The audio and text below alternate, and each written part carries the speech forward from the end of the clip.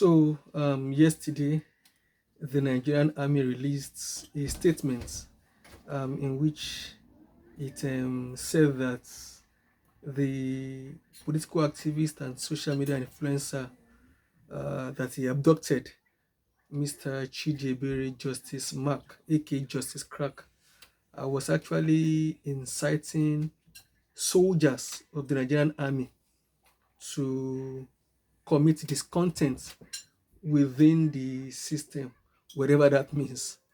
And that sounds so laughable. Now, this is the same Nigerian army that for days are denied having anything to do with Mr. Justice Crack. Despite pressure on the army authorities, they refused to say whether they had taken him into custody, only for them to buckle under pressure and then to come out with that statement yesterday saying that indeed they took in Mr. Justice Crack and that they have handed him over to the relevant civil authorities. It is quite painful that in the year 2026 you still have a country where the military can abduct a citizen, an innocent citizen, for doing nothing but for just criticizing the army leadership and demanding accountability regarding the welfare of soldiers. So what did Mr. Justice Crack do? He didn't commit any offense. All he did, was to call the attention of the military authorities to the poor welfare being given to soldiers in the front line, soldiers who are battling with insurgents, and demanding that those soldiers are better treated in terms of their feeding, their clothing, their welfare, and all that.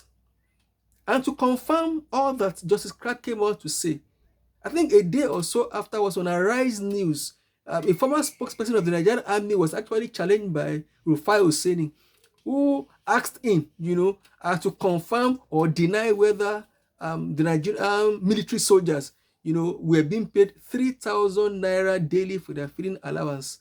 And eventually the brigadier, didn't have a choice, but to confirm what Rufai said, which is actually a fact that indeed soldiers are being paid 3,000 naira every day for feeding allowance. And in that interview, Rufai was practically, telling the military that this is not fair. How do you pay soldiers 3,000 naira for their feeding in the current context, in the context of the ongoing hardship in Nigeria? And so this was all that Justice Crack tried to call attention to. And the next thing, he was abducted like a common criminal, detained. There are even reports that he was chained, to a tree or what have you for over 72 hours. No one knows, the kind of treatment that would have been, meted out to him, whether he's been tortured or whether he's been beaten, assaulted, and what have you. But all we know, at least from the army's statement yesterday, is that indeed they abducted Justice Crack, and that now they have handed him over, according to them, to the relevant civil authorities. I must say that this is indeed irresponsible behavior on the part of the Nigerian army. This is a military, an arm of the military. The army ought to be concerned the more, with defending Nigeria's territorial integrity and protecting the country against external aggression. At the moment, the country is battling with, unprecedented insecurity, largely in terms of terrorism, insurgency, banditry, and the likes. And the military, that has been doing a good job all this while, has had Nigerians on its side, commending the military for all of its efforts, its gallantry, on the front line. This is not the same military that should be caught doing something like this. As a matter of fact, they ought to have seen Justice Crack as a partner in progress and taking note of what that he has said and committed himself, to at least, giving attention, not to turn around and accuse him of crimes that do not exist, collaborating and inciting soldiers. What does that even mean? So you are saying, as the military authority, that an armless civilian like Justice Crack, would have the influence and the ability to incite soldiers to do what? These are soldiers that even by themselves, they sent in videos of their feeding condition and their general welfare.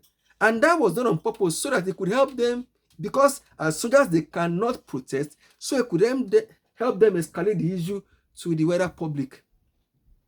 And they knew that even doing that, they would not be committing any offense.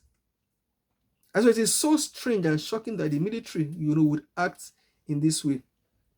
And it is even much more painful that at a time like this, when so many countries are taking giant stride, you know, are recording unprecedented progress in different areas of the national life, the Nigerian state is continuously being held back by the same backward behavior that has tied us down for this long.